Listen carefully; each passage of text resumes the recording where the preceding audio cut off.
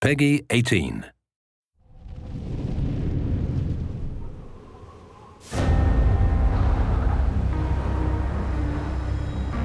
With Company of Heroes 2, what we're really trying to bring is the visceral experience of what the biggest battles of World War II was, and that's the Eastern Front.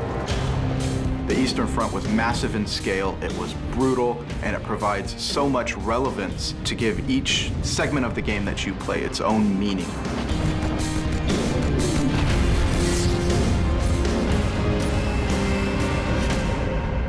There's a lot of thought that goes into making sure our maps are not only realistic for the time period and the location, but also fun from a gaming perspective. What we're trying to do is create scenarios that allow for players to really utilize the terrain and building assets so that you can use those against another online player. Let's say you take a victory point or you move to an area, there will be things that change. Like the enemy might get reinforcements and make a big push. You might get certain reinforcements by losing a point. You can have this battle back and forth, and you can really kind of make your own strategy to this, like what points you're gonna hit. Are you gonna like go for the deep VP so you can do some territory control, or are you just gonna play a little bit slower of a game? I think the real depth in multiplayer is the commander types. Each one has a different set of abilities that can be used, and each of those sets of abilities has strengths and weaknesses depending on where you're playing or what you're matched up against. So you can really tailor your play style based on what type of play you like. When I first started playing multiplayer, when I started working here, I was just getting greased. The guys from our team, there's a lot of guys on our team that actually like gather for lunch and watch the guys play it.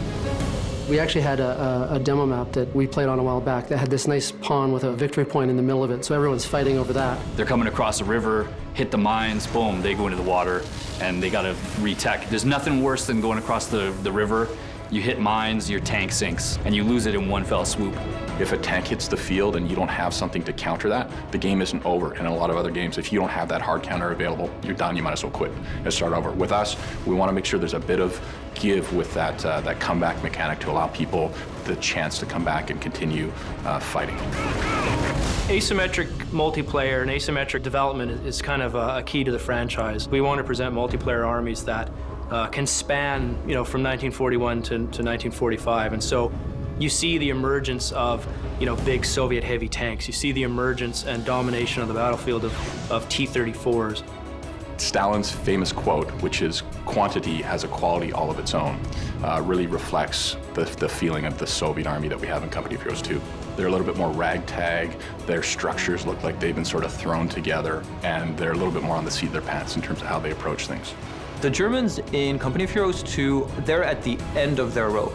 They're an advanced faction. Their vehicles are technologically very advanced for the time. However, they've been at war for years, so the Germans are more defensive. Another new thing that we've added to Company of Heroes 2 is this idea of progressing.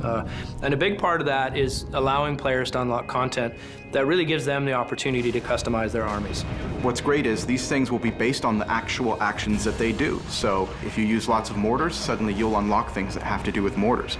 If you like to play with half tracks and move guys around the battlefield, you'll unlock progression elements that deal with that. And they really get to make those choices as to what things they want to take into their next match or their next skirmish. We're also adding what we call intel bulletins, and these were actually leaflets and pamphlets delivered to frontline soldiers that told them how to fight enemy vehicles.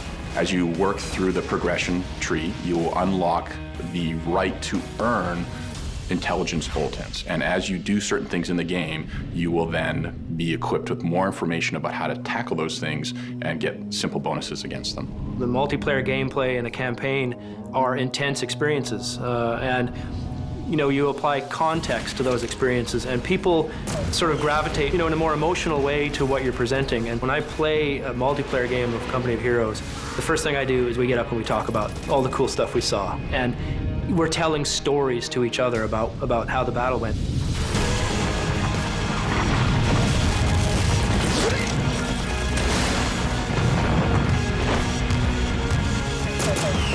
We're all really passionate about the subject matter and really passionate about the work that we put into the game, so I think it's really going to show when people play it.